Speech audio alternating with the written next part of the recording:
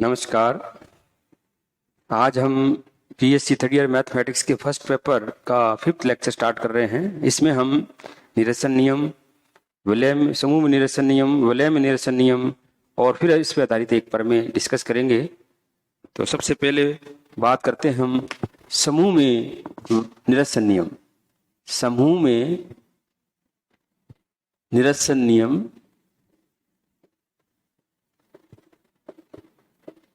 Cancellation law in a group. यदि G star कोई समूह है तब a comma b comma c belongs to G के लिए इसमें दो टाइप हैं। एक तो a star b equal to, अगर ए स्टार सी है then equal to b equal to सी।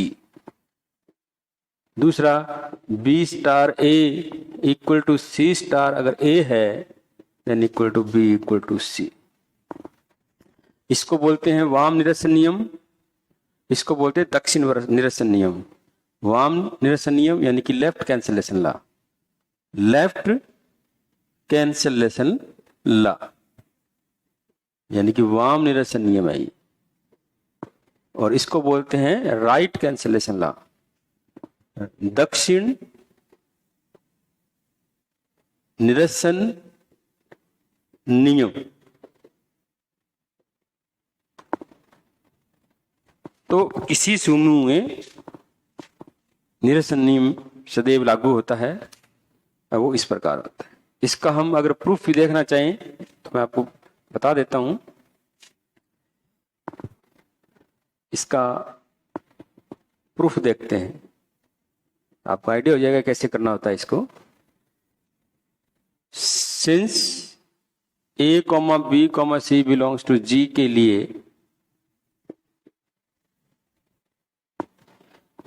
अगर ए स्टार बी बराबर ए स्टार सी है तो इसमें हम ए इनवर्स स्टार लिख सकते हैं। इसे a star b, a inverse a star c. क्यों? क्योंकि अगर देखो ए जी का अवयव है और जी क्या चीज है? समूह। इसका मतलब इसका इनवर्स एग्जिस्ट करेगा, इसका मतलब इसका इनवर्स क्या करेगा? एग्जिस्ट करेगा। और इसका मतलब ये हो गया ए इनवर्स बराबर ई ए इनवर्स, सॉरी ये स्टार लगाओ बीच में, स्टार स्टार लगा के ए स्टार ए इनवर्स बराबर ई स्टार ए लिख सकते हैं। ई जहां ई क्या चीज है? जहां ई क्या चीज है? तत्समक अवयव, ये चीज। तो अब इसको हम क्या लिख सकते हैं? A inverse star a star b a inverse star a star c. ये हो गया प्रॉपर्टी, कौन सी होगी? साहचर्यता। फिर इसकी जगह क्या लिखेंगे? ई star B E star c. ये मैंने आपके सामने लिख दिया है। ये कौन सा गुणधर्म है? ये कौन सा गुणधर्म है? प्रतिलोम गुणधर्म, प्रतिलोम गुणधर्म से। और इसके बाद में ये B इक्वल टू सी, ये कौन सा है? तत्समक गुणधर्म से, ये चीज। तो इसका मतलब ये हुआ समूह में निरसन नियम सदैव लागू होता है। अतः उपरोक्त से स्पष्ट है, उपरोक्त से स्पष्ट है कि समूह में निरसन नियम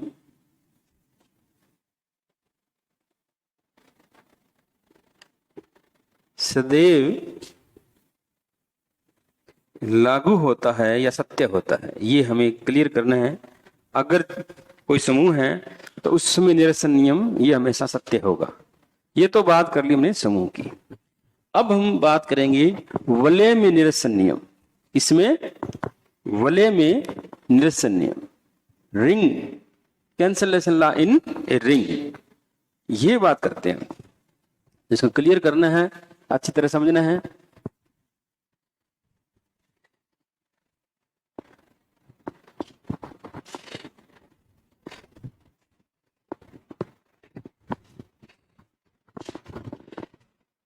तो सबसे पहली बात, यदि आर, अब प्लस और ये डॉट कोई वलय है, तब आर में ये जो संक्रिया, फर्स्ट जो संक्रिया है, प्रथम संक्रिया के लिए निरसन नियम सदैव सत्य होता है।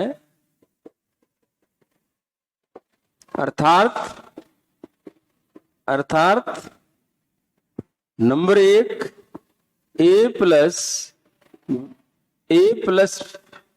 बी इक्वल टू में ए प्लस सी है, तो हम वहां पे बी इक्वल टू सी लिख सकते हैं। या b plus a equal to में सी प्लस ए है तो बी इक्वल टू सी लिखेंगे। ये सत्य है ये for all a b c belongs to R. तो एक बात यहां समझनी है, अगर ये कोई वलय है तो आर में इस संक्रिया के लिए निरसन नियम सदैव सत्य होगा। यानी कि ये क्यों होगा, अब देखो आप, क्योंकि आर इस संक्रिया के सापेक्ष क्या है, और आबेली समूह है, और प्रत्येक समूह, अब प्रत्येक समूह है तो आबेली समूह तो होगा ही। तो प्रत्येक समूह में निरसन नियम सदैव लागू होता है या सत्य होता है। ये चीजें, ये तो बात होगी पहली संक्रिया के लिए। परंतु अब बात समझने वाली ये है, आर में ये जो संक्रिया है, कौन सी, गुणन संक्रिया के लिए निरसन नियम सदैव सत्य हो या लागू हो, ये सत्य हो। आर में संक्रिया के लिए निरसन नियम सदैव सत्य हो, यह आवश्यक नहीं है, आवश्यक नहीं। आर में निरसन नियम तभी लगेगा जब इस संक्रिया का तत्समक विद्यमान हो और प्रत्येक संक्रिया, इस संक्रिया के प्रत्येक संक्रिया यानी कि इस संक्रिया के सापेक्ष प्रत्येक अवयव का गुणन प्रतिलोम विद्यमान हो। ये कंडीशन है, अगर ये है इसमें तो ये चीज हो सकती है, अदरवाइज नहीं। तो इसमें यहां पे नोट लगा लेते हैं, नोट आर में संक्रिया यानी कि जिसका नाम गुणन संक्रिया भी कहते हैं, गुणन संक्रिया के लिए निरसन नियम अगर लागू है तो निरसन नियम निम्न होगा। इसमें दो निरसन नियम हैं।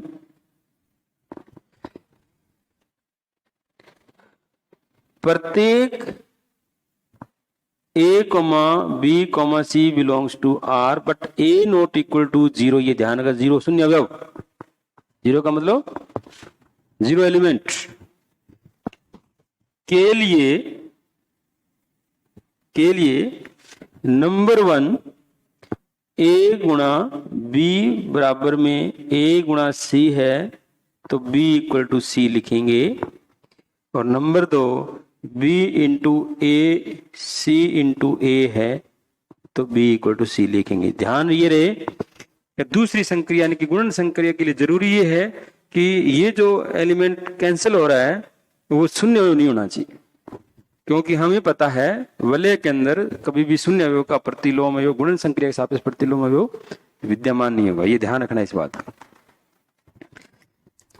वलय के अंदर ये क्यों ये नोट इक्वल जीरो क्यों ले रहे हैं, इस वलय में ध्यान रखना, ये इस वलय में वलय के लिए आर में इस संक्रिया के लिए जो शून्य अवयव है ना, यानी इसका तत्समक अवयव ये शून्य अवयव, इसका यानी आर में के सापेक्ष आर में इस संक्रिया ये है के सापेक्ष शून्य अवयव का प्रतिलोम विद्यमान नहीं होता।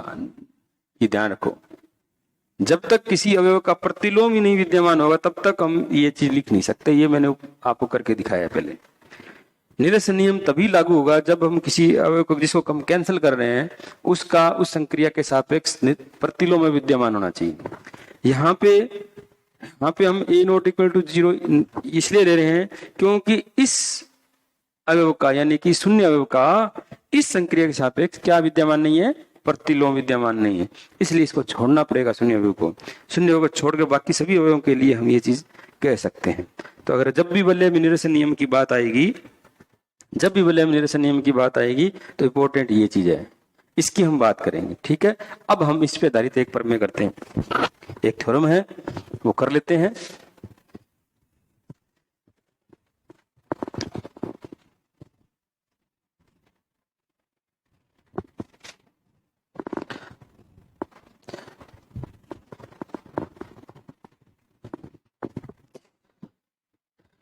थ्योरम नेक्स्ट जो थ्योरम है यानी कि जो प्रमेय है वो है 1.2 है, पेज नंबर 7 है क्या चीज,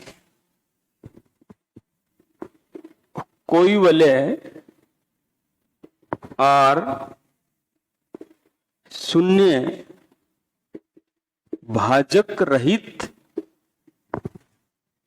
है यदि और केवल यदि आर में निरसन नियम सत्य है, लागू है या सत्य है। ये प्रमेय है। तो इसमें यहाँ पे बीच में यदि और केवल यदि का मतलब प्रमेय को हम दोनों साइड से प्रूव करेंगे। तो इसका जो प्रूफ है यानी कि उपपत्ति प्रूफ, सबसे पहले हम लिखेंगे माना आर कोई वलय है जिसका शून्य अवयव, अब शून्य अवयव आप चाहे सीधा जीरो लिखो और चाहे ये लिखो, ये मान लें। तब ये हमने मान लिया है। अब हम क्या करेंगे, ये मानेंगे, ये सिद्ध करेंगे और ये मानेंगे, ये सिद्ध करेंगे।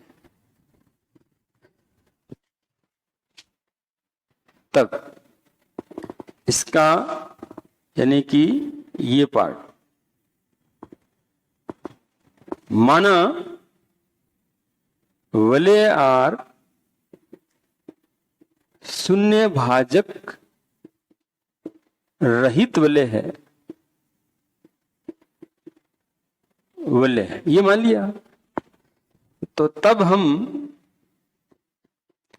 सिद्ध करेंगे कि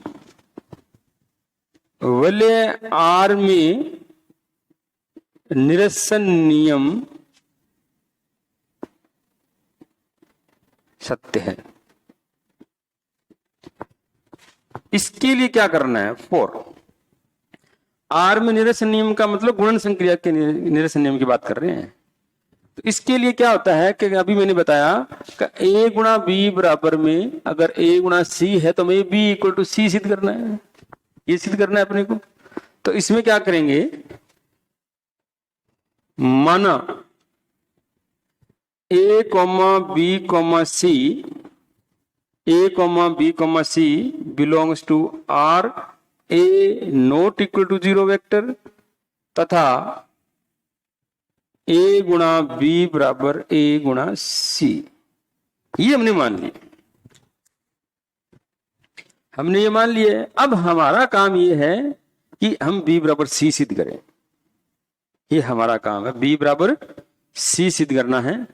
ठीक है, ये ध्यान रखना, बी बराबर सी सिद्ध करना। अगर बी बराबर सी आ जाता है तो इसका मतलब आर में क्या निरसन नियम सत्य है। तब इसमें ये स्टेप है, इसको यहीं लिख दे ज्यादा ठीक है। तब ए डॉट बी प्लस में ये इसको ऐसे लिखेंगे भाई ए डॉट सी, तो ये इधर 0 वेक्टर आएगा, 0 वेक्टर। ये चीज ध्यान रखो है फिर से, ये चीज जब मान लो समूह के अंदर क्या होता है, मान लो x इक्वल टू वाई है। अब समूह के अंदर y को इधर लाना है तो हम क्या करेंगे, minus y plus minus y और x प्लस माइनस वाई, ये 0 एलिमेंट यानी कि तत्समक जो भी है इसका 0 आ जाएगा।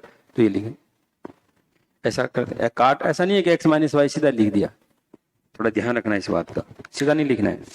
और जब इधर इस साइड के अंदर जब ये इसका इस संक्रिया का जो तत्समक है वही यहाँ लिखेंगे। मान लो मान लो मैं ये इस संक्रिया तत्समक प्लस का, मान लो मैं ई है तो यहाँ ई लिखूंगा, अगर 0 है तो 0 लिखूंगा, अगर कुछ और है तो इसलिए मैंने यहाँ पे ये लिखा है, नया कि सीधा 0 लिखा है। अपने रूटीन के अंदर x बराबर माइनस है सीधा 0 लिखते हैं नहीं लिखते, लेकिन यहाँ पे मैंने ये लिखा है। तो ये ध्यान रखना है कि जब हम y प्लस माइनस वाई की जगह आएगा तत्समक अवयव, आएगा तत्समक किसका, इस संक्रिया का, तो ऐसे ही वहां पे हमारे पास प्लस संक्रिया का तत्समक अवयव क्या है, 0। ये है।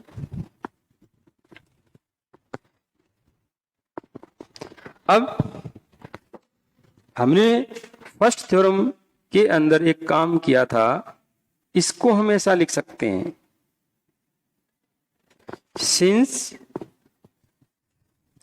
सिंस वले आर में माइनस एक्स गुणा y equal to minus x y true होता है for all x y belongs to R, ये चीज ट्रू होती है। अब ए प्लस माइनस ए, ये एक सेकेंड गलत कर दिया, एक सेकेंड रुको, एक सेकेंड, इसको ऐसा ना लिख के ऐसा लिखेंगे,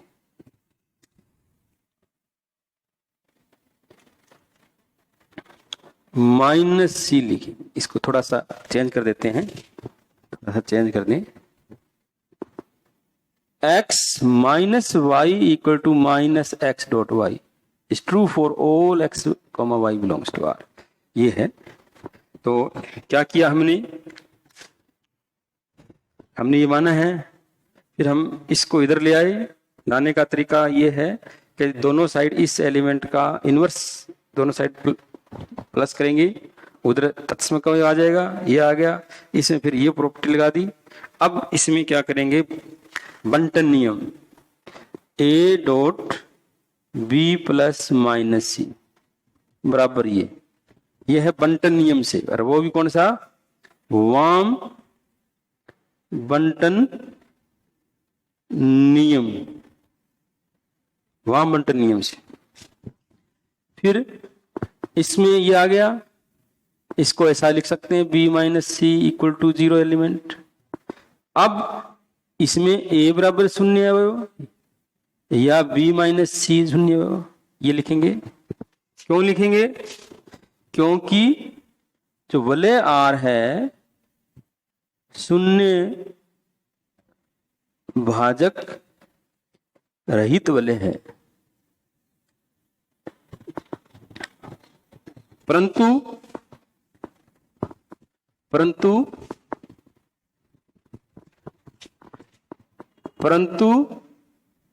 ए नॉट इक्वल टू 0।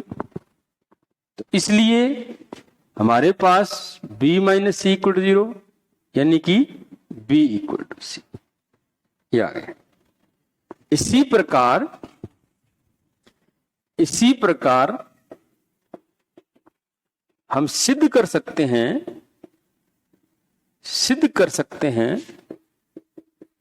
कि b गुणा a बराबर अगर c गुणा a है, एक सेकेंड, इसको ऐसे नहीं, कि a comma b comma c belongs to r but a not equal to 0, और साथ में b गुणा a बराबर c गुणा a है, तो b इक्वल टू c, ये सिद्ध कर सकते हैं। तो इसका मतलब ये हो गया, उपरोक्त से स्पष्ट है कि वलय R में निरसन नियम सत्य है, ये हमने सिद्ध कर दिया। अब हम बात करेंगे विलोम, उल्टा, ठीक है। इसके लिए क्या करेंगे, माना वलय R में निरसन नियम सत्य है, तब हम सिद्ध करेंगे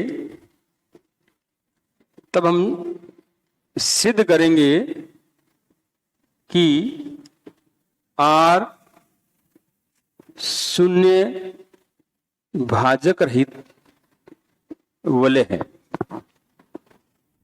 अब एक बात यहां समझनी है, कोई वलय शून्य भाजक रहित कब होता है, कोई वलय R शून्य भाजक कब होगा, जब ये वलय है तो a comma b belongs to R के लिए अगर a गुणा b बराबर 0 तभी संभव हो, 0 मतलब 0 प्लस, या तो a 0 है या b 0 है। अगर for all a comma b, R में अगर फॉर ऑल a कोई भी दो ले, अगर उनका गुणा 0 आ रहा है, कोई दो ले उनका गुणा 0 आ रहा है, ये तभी संभव हो जब उनमें से a का भी 0 है, तो इस वलय R को क्या कहते हैं, शून्य भाजक रहित वलय कहते हैं। अब हम ये सिद्ध करेंगे। इसके लिए क्या करना है, और माना a comma b belongs to R, ये तो हमने ये मान लिया। एक तो तरीका ये है, ये शून्य, एक तो आप ये लिख सकते हो। दूसरा तरीका क्या है, दूसरा तरीका ये है कि मान लेते हैं ये 0 नहीं है, और लेकिन इनका गुणा फिर भी 0 है, तो इसका मतलब b शून्य है। अगर हम ये भी प्रूव कर देते हैं तो इसका मतलब वलय R क्या है, शून्य भाजक रहित वलय होगा। तो हम यहाँ क्या करेंगे, माना a comma b belongs to R और a नॉट इक्वल, और साथ में a गुणा b इक्वल टू 0 वेक्टर, ये मान लिया। तब हम सिद्ध करेंगे। तब अब क्या है कि ये मान लिया हमें b बराबर 0 सिद्ध करना है, तब इसको यहां ले लेते हैं। तब a गुणा b बराबर में इसको a गुणा 0 एलिमेंट लिख सकते हैं, ऐसे इस 0 को ये लिख सकते हैं, सिंस वलय R में हाँ भी x कोई भी x गुणा 0 बराबर में 0 गुणा x for all x belongs to R सत्य होता है। तो इस 0 को हम ये भी लिख सकते हैं, ये भी लिख सकते हैं। तो हमने इस 0 को ये लिख लिया, इसलिए a गुणा 0 इक्वल टू, ये हमने लिखा।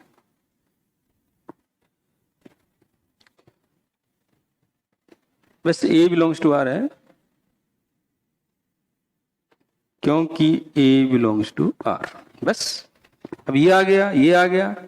अब क्योंकि बोले आर में निरसन नियम सत्य है और ए नॉट इक्वल टू 0 है, तो यहां पे हम लिखेंगे b equal to 0 vector, since R में निरसन नियम